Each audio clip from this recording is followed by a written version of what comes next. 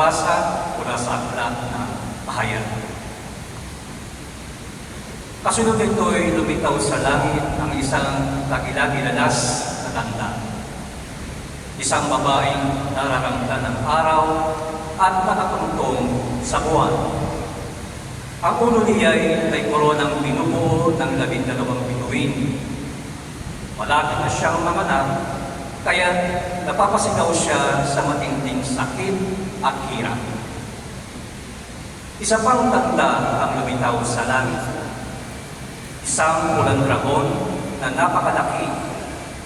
Ito'y may 7 ulo at 10 sungay at may korona ang bawat ulo. Sinaklot ang kanyang buntot ang ikatlong bahagi ng mga bituin sa langit at nihagis ang mga iyon sa lupa. Pagkatapos ay tumayo siya sa paanan ng babaeng malapit ng manganak upang lamunin ang sanggol sa sandaling ito'y isilang. At ang babae ay nagsilang ng sanggol na lalaki, ngunit may umagaw sa bata at dinala ito sa Diyos sa kanyang trono. Ang sanggol na ito ang itinakdang maghahari sa lahat ng bansa sa pamamagitan ng kamay na bakal. Ang babae naman ay tumakas patungo sa ilang sa isang lakong inihanda ng Diyos para sa kanya upang palagaan siya roon sa loob ng 1,260 araw. At narinig ko ang isang malakas na tinig buhat sa langit na nagsasabi, "Dumating na ang pagliligtas sa Diyos. Ipinamalas na niya ang kanyang kapangyarihan bilang hari. Ipinamalas na ng Mesiyas ang kanyang karapatan. Pagkat pinalayas na sa langit ang umuusig araw at gabi sa mga kapatid natin." Ang salita ng Diyos. Salamat sa Diyos. Hallelujah.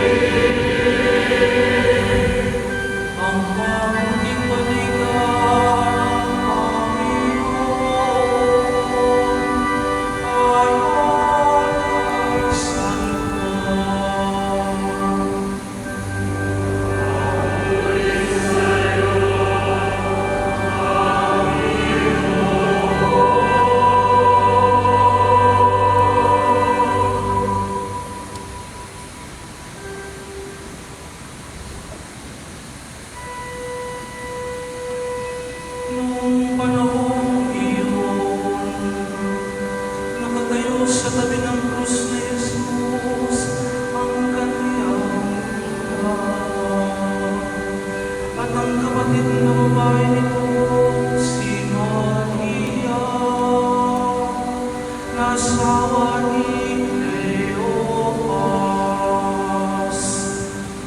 Naroon din si Maria Magdalena. Nang makita ni Jesus ang kanyang anak at ang minamahal niyang alagad sa tabi nito, kanyang sinabi, "Kinang, narito ang iyong anak." At sinabi sa alagad, "Narito ang iyong ina." Mula noon, pinatira ng alagad na ito sa kanyang bahay.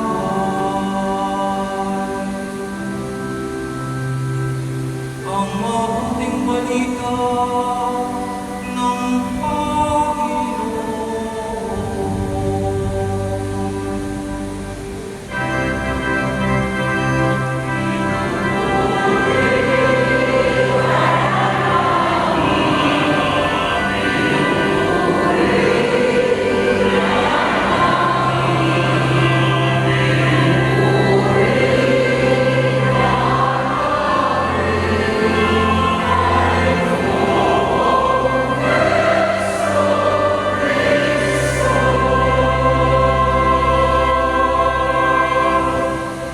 Manatili po tayo nakatayo.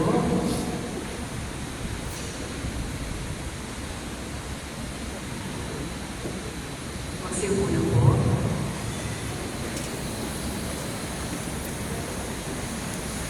Fiesta po ng ating ina, at kaya tayo naririto ay para ibulong sa Kanya, minamahal natin siya.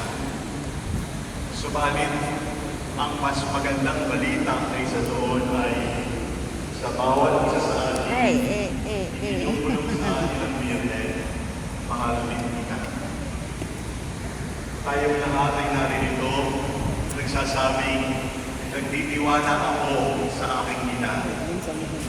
Subalit, mayroong mas matinding bulong, at yung bulong ng Birhen ay sa bawat isa sa atin sinasabi, nagtitiwala din ako sa iyo.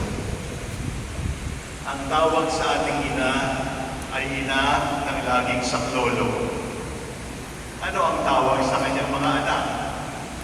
Dapat anak ng laging saklolo.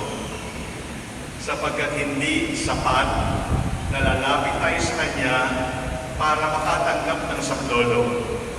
Sapagkat ang tunay na nagmamahal sa ina ng laging saklolo ay saklolo ng ating kapwa-tao. Ibig sabihin, ang pagpipiyesa sa mahal na Birhen ay hindi lamang sa prosesyon, sa kandila o sa bulaklak. Ibig sabihin, ang tunay na pagdedebosyon at pagiging ina ng laging saklolo, tayong lahat dito ay dapat na anak ng saklolo. Tayong lahat dito ay dapat na matulungin, mapagmahal, katulad ni Jesus na saklolo ng lahat ng tao. Ang tanong ay, paano natin gagawin ito? Bibigyan po kayo sa gabing ito ng 5 kasagutan na katangian ng isang tunay na anak ng laging saklolo. Ang unang katangian ay IQ. Ang ibig sabihin po ng IQ ay Intelligence Quotient. Kapag hindi nyo alam ang ibig sabihin ng IQ, mahina ang IQ nyo. Ibig sabihin ay talino. Ibig sabihin ay pagkilala. Ibig sabihin pag-aaral. Ibig sabihin noon, ang tunay na pagdedebosyon sa ina ng laging saklolo ay dapat na galing sa utak. Ibig sabihin, kilala mo talaga siya. Mula sa turo ng Biblia, mula sa turo ng simbahan, kilala ko ang aking ina. Yun ang ibig sabihin. May talino ang ating pagdedebosyon. Ang pangalawa po ay EQ. Ang ibig sabihin ng EQ ay emotional quotient. Ang ibig sabihin nito ay mapagkaibigan. Ibig sabihin nito ay mapagkapwa-tao. Ibig sabihin nito ay madaling pakisamahan. Pupunta tayo sa Baclaran, kilala natin ang ating ina. Pero pagpunta sa Baclaran at hindi mo kilala yung katabi mo, subalit tapos na yung misa, natanggap mo na yung biyaya mo, hindi ka pa rin nakikipagkaibigan sa katabi mo. At hawak-hawak mo pa rin yung bag kasi baka mandulukot yung katabi mo. Walang iki yun. Because the devotion to the Mother of God should not only lead us closer to her, the devotion to Our Lady of Perpetual Help should make us closer as friends with one another. Yun ang ibig sabihin ng EQ. Ibig sabihin, pakibati ang katabi kahit hindi ka kilala. Ibig sabihin, pakinggan ang katabi kung umiiyak. Ibig sabihin, magpaupo. Ibig sabihin, magbigay ng daan. Ibig sabihin, makipagkapwa-tao, makipagkaibigan. IQ at saka EQ. Meron pa akong pangatlo, WQ. Ang ibig sabihin po ng WQ ay wonder quotient. Ibig sabihin, the capacity to say, wow. The capacity to be awed. The capacity to recognize na napakaliit ko at napakalaki ng misteryo ng aking ina. Sapagkat hindi lahat ng bagay ay maiintindihan natin. Uuwi tayo, hindi pa rin natin maiintindihan bakit may kamatayan, bakit may kasalanan, bakit may nagmamahal at may niloloko, bakit ganoon ang buhay. Misteryo po yun. At ang misteryo, sasagot natin sa hindi natin maintindihan ay, kahit hindi ko maintindihan, I believe. Hindi lahat naintindihan ng mahal na Birhen. Simula sa pagbati ng anghel, hanggang sa huling hininga ni Jesus sa krus, hindi niya naintindihan ang lahat. Subalit sa kabila ng ito, mataas ang kanyang WQ. Ibig sabihin, wonder quotient. Maliit ang aking isip, maliit ang aking puso para lubos kong maintindihan ang misteryo ng pag-ibig ng Diyos. My dear people of God, Our Lady of Perpetual Help loves you. But you will never completely understand how much she loves you. Because if you will completely understand how this mother loves you, you will die right now. Because your mind, your body is too small to contain the immensity of the mystery of that love for you. IQ, konting talino. EQ, konting pakikipagkaibigan. WQ, dagdag na pananampalataya sapagkat hindi natin sukat maintindihan ang maraming bagay dito sa mundo. Ang pang-apat na Q ay SQ. Ang ibig sabihin ng SQ ay sacrifice quotient. Ibig sabihin, hindi tayo pwedeng magdasal palagi na sana mawala na itong mabigat na dala ko. Hindi tayo pwedeng magdasal palagi na gumaling na sana ako. Ang dasal lang natin sana ay, Panginoon, mahal na ina, dagdagan po ninyong aking tapang at lakas ng loob so that I can sacrifice more for you because the sacrifice we offer is a sign of love. May mga bagay dito sa mundo na hindi natin lubusang maintindihan kapag madali ang buhay. May mga bagay, may mga aral ng buhay na maiintindihan lang natin at mapupulot natin sa kahirapan, sa karamdaman, sa kahihiyan, sa nakalimutan, at sa sakit ng pinagdaraanan natin dito sa mundo. Sacrifice quotient, sapagkat ang krus, sapagkat ang pagpasa ng krus, sapagkat ang pagkapako sa krus ay kasama sa misteryo ng laging saklolo. At kaya lang tayo natutulungan ng Diyos ay sapagkat ginawa niya ang lahat sukdulang sakripisyo para maligtas tayo sa kasalanan. Intelligence quotient, pagkatapos ay emotional quotient, at sunod ay wonder quotient, at sacrifice quotient. Pero ang panglima, na turo ng laging saklolo, ay beauty quotient. Na ibig sabihin ay, sana kapag nakakita tayo ng maganda, ay hindi presyo ang naalala natin. Kapag nakakita tayo ng maganda, ay hindi kalaswaan ang naalala natin. Kapag nakakita tayo ng maganda, ay alam natin na ang lahat ng kagandahan ay galing sa Diyos. At matutulungan natin lumanda ang mundo kapag pinataas natin ang ating beauty quotient.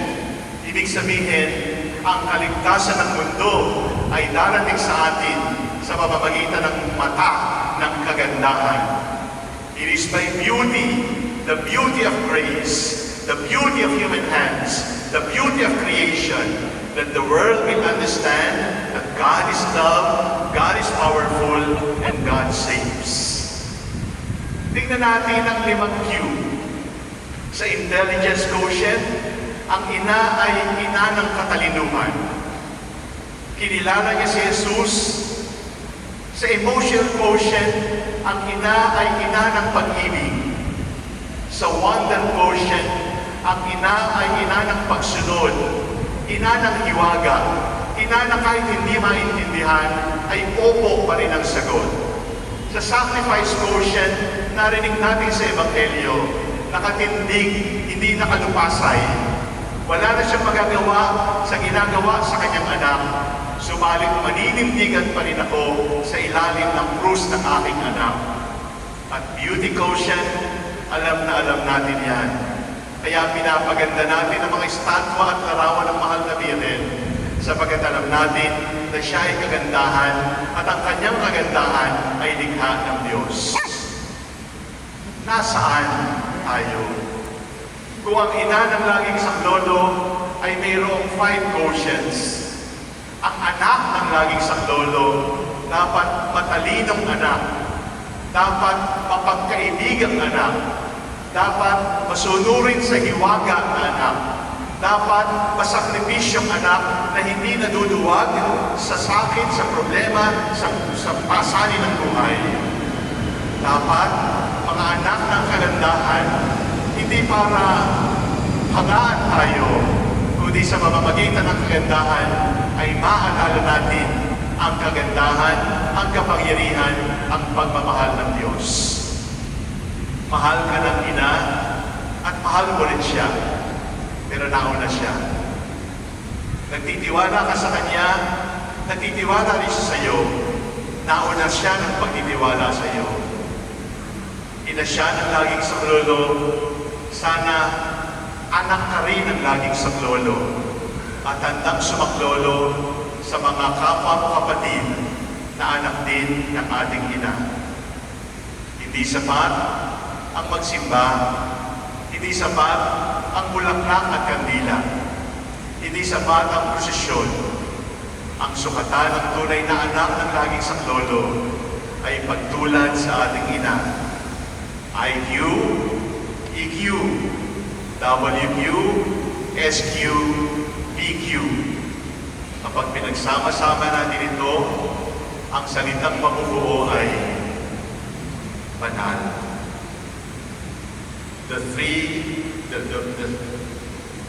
The letters of these quotients spell holiness for us. And in the end, Our Lady of Perpetual Help has only one dream for all of us, that all of us be saints in Baclaran, her shrine.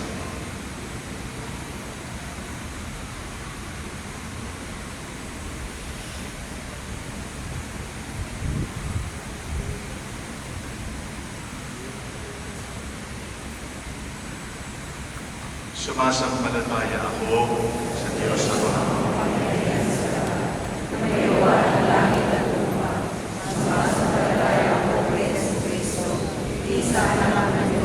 Panginoon nating lahat, nagkatawang tao sa dalang ng Espiritu Santo, pinanalaki sa Kabalyang Birgen, pinagpapasakit ni Poncio Pilato, ginao sa krus na magay binibinang, nanaon sa kinaroroonan ng mga imao, na may tatlong araw at tagumpay na magmuli, umakyat sa langit, nalulong sa kanan ng Diyos sa mga pamilihan sa lahat.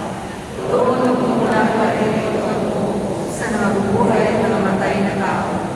Sumasampalataya ng anak ko sa Diyos sa Espiritu Santo, sa banal na simbahang Katolika, sa kasamahan ng mga banal, sa kapatawaran ng mga kasalanan, sa pagkabuhay ng pinagnamatay na tao, at sa buhay na walang hanggan. Amen.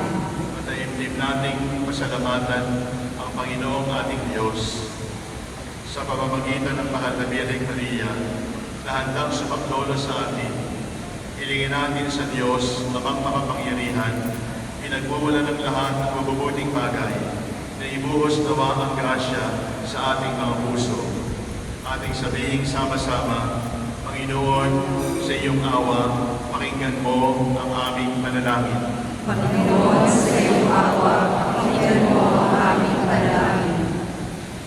Para sa Santa Iglesia, tanda at kasangkapan ng pandaigdigang kaligtasan upang pangalagaan ito ng Espiritu Santo sa kanyang pagkakaisa at palakasin ang kanyang pananampalataya upang ang kaalaman ng pag-ibig ni Kristo na ating tagapagligtas ay maipahayag sa buong mundo.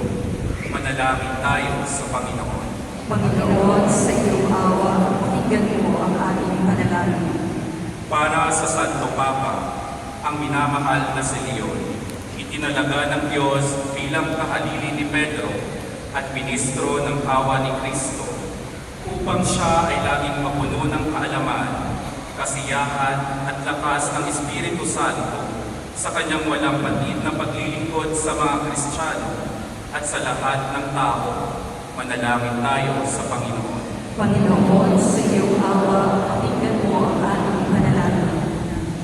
Para sa ating Obispo, Jesse, Arsobispo Socrates, na ating punong tagapagdiwang, at sa lahat ng mga obispo at paring ng simbahan, at kapatirang redentorista, at buong pamilyang Alfonsiano, upang sa liwanag ng biyayang dulot ng diwa ng karunungan, at sa halimbawa ni Maria, sila ay maging tunay na mga saksi ng wika, katotohanan at buhay, at palagi ang magsumikap ng walang mapagurang paggawa upang mapalaganap ang kaharian ng Diyos.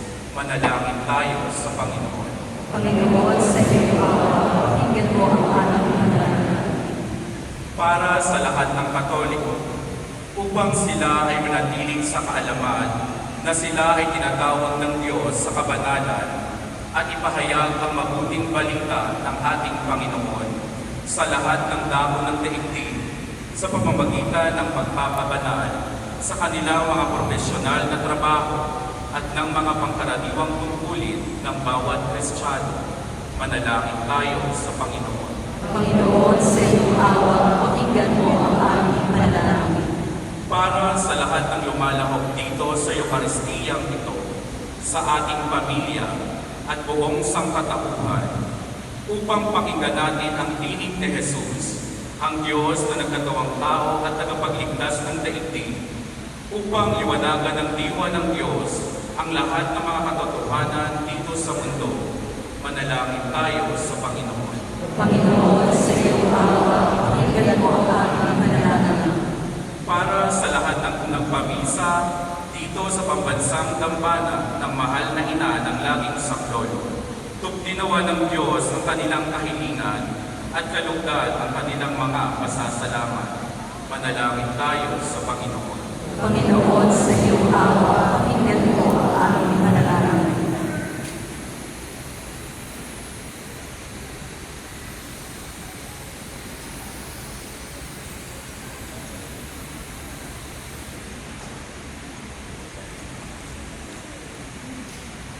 Panginoon, ibinigay mo sa amin si Maria upang maging ina namin na laging handang dumamay sa amin.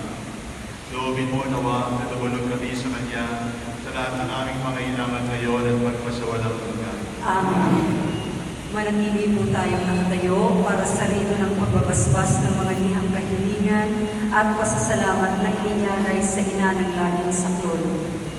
Ang ating mahal na ina ay nakatanggap ng 144,503 mga liham kahilingan at 160,470 na liham pasasalamat mula Hunyo 2024 hanggang Hunyo 2025. Ang lahat na ito ay tinataas sa makapangyarihang Diyos sa pamamagitan ng panalangin ng mahal na ina ng laging saklolo.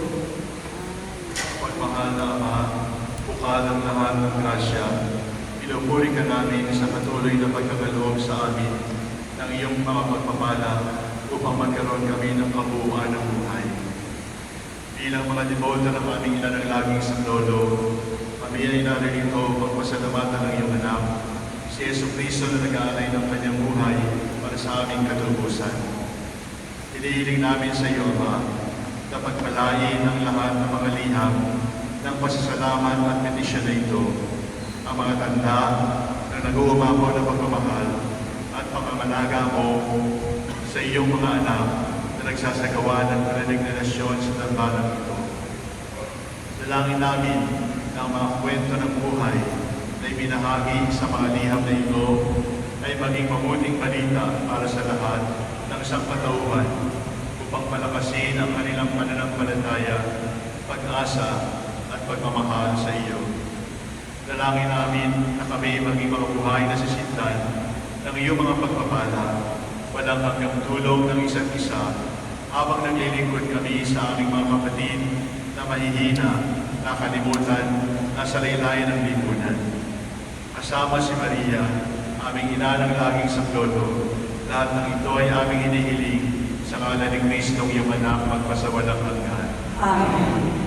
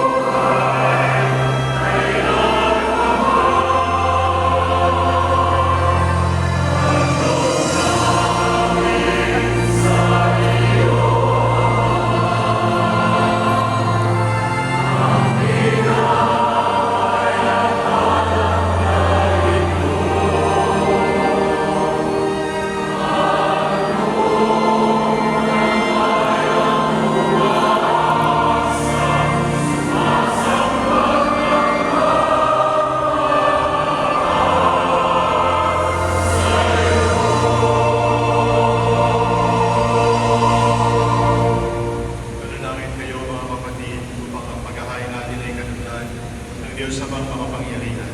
Tanggapin nawa ng Panginoon itong pagkain sa iyong mga kamay, sa kapangyarihan at karangalan sa aming kapakinabangan at sa buong sambayanan niyang banal. Panginoon, sa pamamagitan ng iyong kabutihan at sa pamamagitan ng pinagpalang Birhen at Ina, si Maria naway muling maganap ang handog na ito para sa aming kasalukuyan at walang hanggang kapayapaan. Alang-alang kay Kristo ang aming Panginoon. Amen. Sumayin niyo ang Panginoon.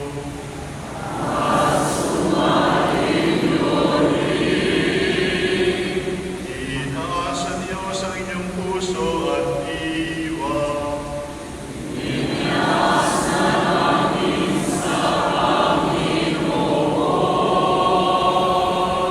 Pasalamatan natin ang Panginoong ating Diyos.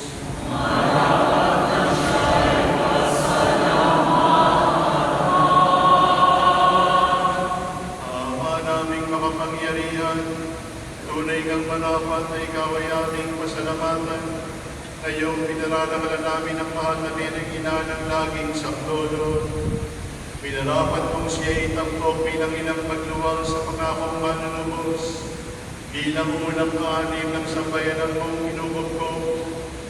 Sa krus inihabili ni Jesus kay Maria, ang sangkatauhang pinagmamalasakitan niya upang magkamit ng muling pagsilang sa iyong pamilya.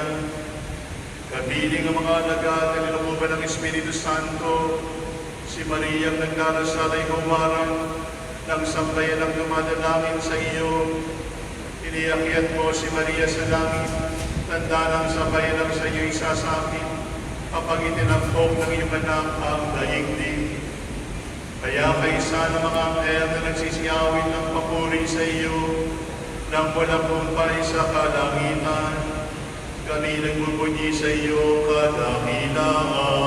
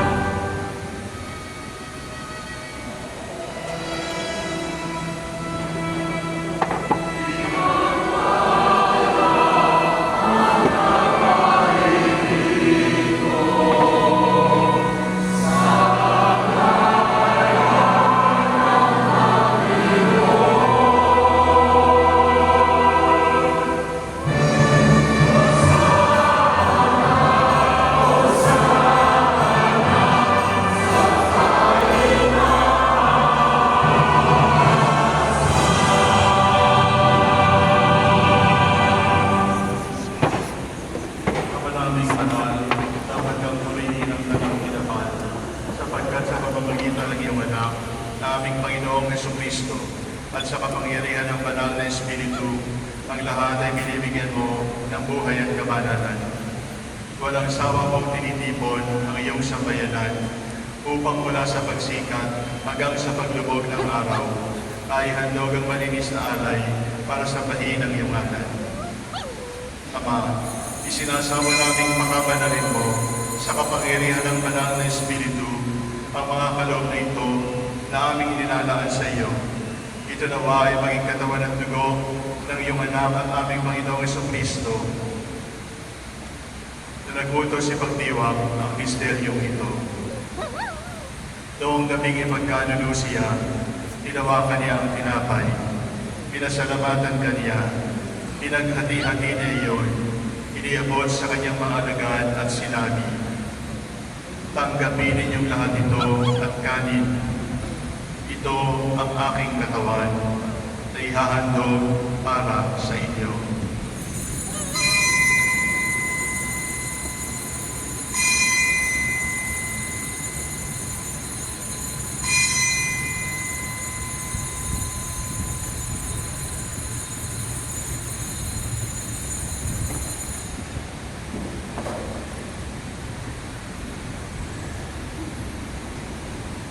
din naman nung matapos ang hapunan, hinawakan niya ang kalis. Muli kanyang pinasalamatan. Iniyabot niya ang kalis sa kanyang mga alagad at sinabi, "Tanggapin ninyong lahat ito at inumin. Ito ang kalis ng aking dugo, ng bago at walang hanggang tipan. Ang aking dugo na ibubuhos para sa inyo at para sa lahat sa ikapagpapatawad ng mga kasalanan. Gawin ninyo ito bilang pag-alaala sa akin."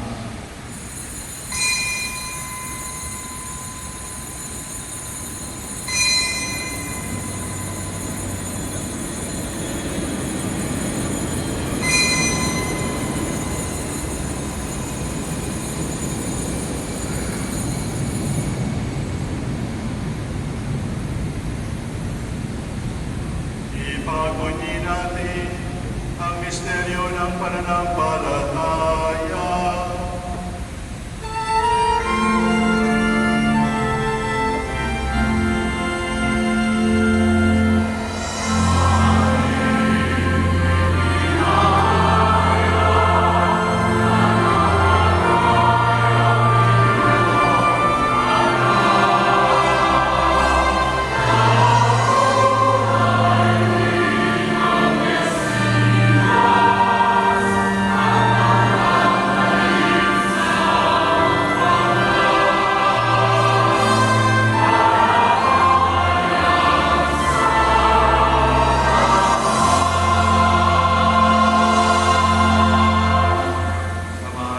Ginugulita namin ang pagkamatay ng iyong anak na sa amin nagligtas, kay hindi ng kanyang muling pagkabuhay at pag-akyat sa kalangitan. Samantalang kanyang pagbabalik ay pinananalikan, kaya bilang pasasalamat kay aming iniaalay sa iyo ang buhay at banal na paghahaing ito. Tunghayan mo ang handog na ito ng iyong simbahan. Bastan mo iyong anak na nag-alay ng kanyang buhay upang kami magkasundo sa iyo. Loobin mong kami magsasalo-salo sa kanyang katawan at dugo ay mapuspos ng Espiritu Santo at maging isang katawan at isang diwa kay Kristo. Kami nawa ay gawin niyang handog na habang panahong nakatalaga sa iyo. Tulungan nawa niya kaming magkamit ng iyong pamana kay isa na ina ng Diyos ang mahal na Birhen at isang Jose na kanyang kabiyak na puso kay isa ng mga apostol, mga martir at isa ng lahat ng mga banal na aming inaasang lagi nakikusap para sa aming kapakanan. Ama, ang handog na ito na aming makikipagkasundo sa iyo ay magpunganawa ng kapayapaan at kaligtasan para sa buong daigdig. Patatagin mo sa pananampalataya at pag-ibig ang iyong simbahang naglalakbay sa lupa. Kasama ang iyong lingkod na si Papa Leon, ang aming obispong si Jesse, ng tanang mga obispo at buong kaparian at ng iyong piniling sambayanan. Dinggin mo ang kahilingan ng iyong angkan na ngayon hinipon mo sa iyong harapan. Amang maawain, gugupin mo at pag-isahin ang lahat ng iyong mga anak sa bawat sulok at panig ng daigdig. Kaawaan mo at patuloyin sa iyong kaharian ang mga kapatid naming yumaw at ang lahat ng lumisan sa mundong ito na nagtataglay ng pag-ibig sa iyo. Kami ay umaasang makararating sa iyong piling at sama-samang pagtatamasa ng iyong kanintingang walang mali, sapagkat aming masisilayan ang iyong kagandahan sa pamamagitan ng aming Panginoong Jesucristo na siyang pinagdaraanan ng bawat kaloob sa aming kabutihan. Sa pamamagitan ni Kristo, kasama niya at sa Kanya, ang lahat ng parangal at papuri ay sa iyo, Diyos amang makapangyarihan, kasama ng Espiritu Santo, magpasa walang hanggan.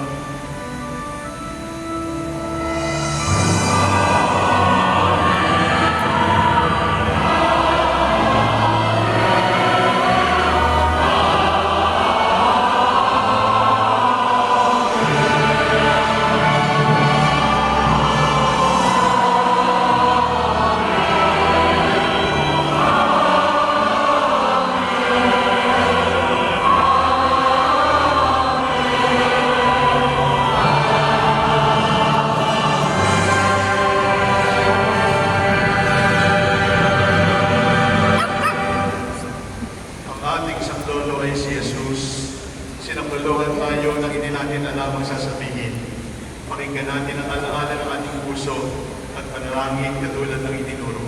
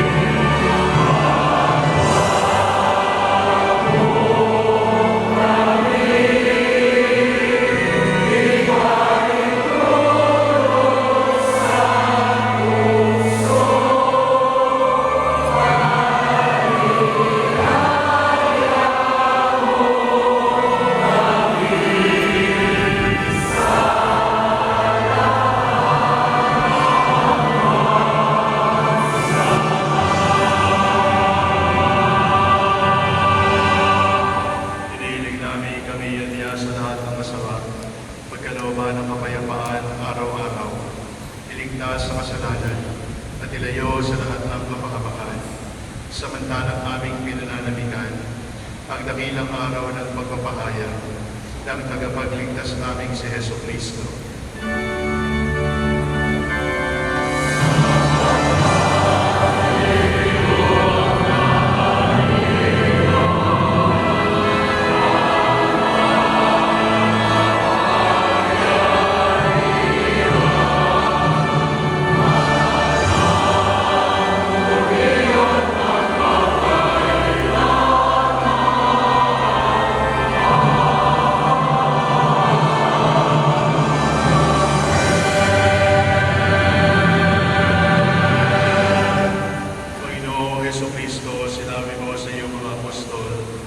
Kapayapaan ang iniiwan ko sa inyo, ang aming kapayapaan ang ibinibigay ko sa inyo.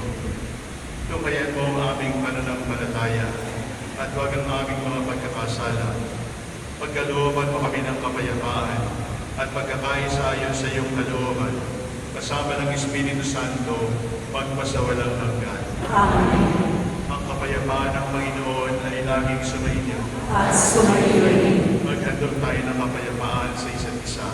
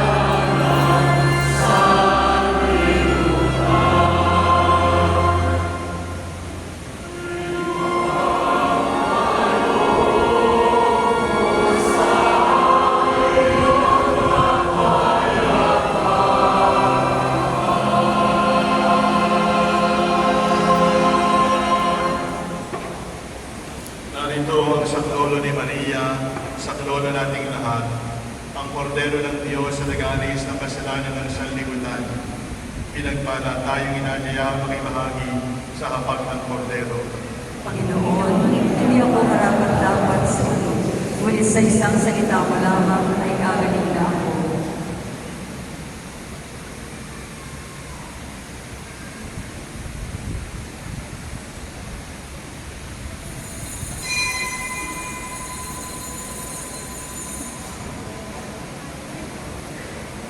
Tawagin na lang po kayo. Tawagin na lang po kami ng mga lugar natin para mabilis po tayo makalabas at makapasok.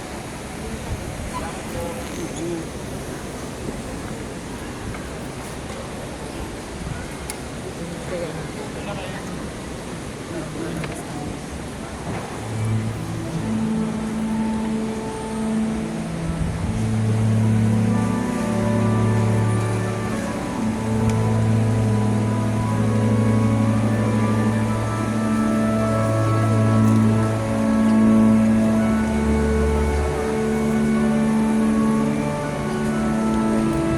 Hindi pwede tumayo ng sabay-sabay.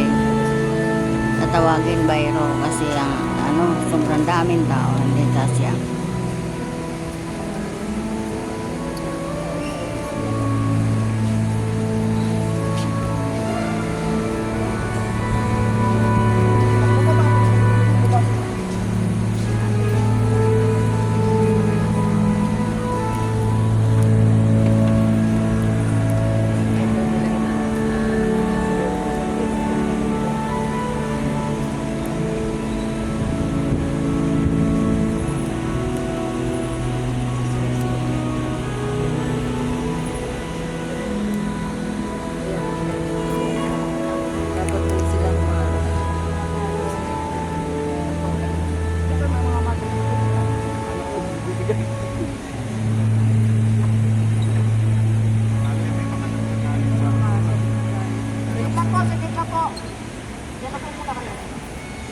Meron naman doon.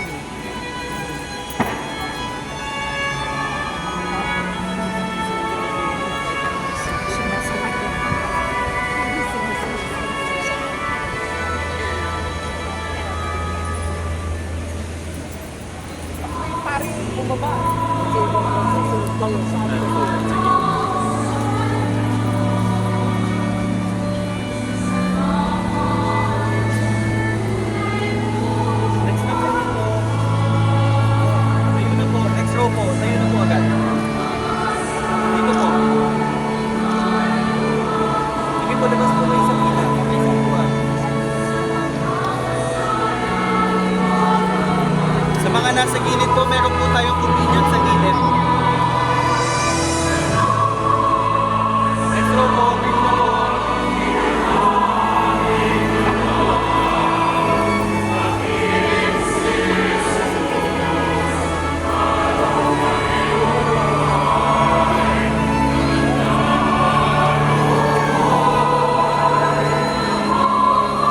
Labas po tayo.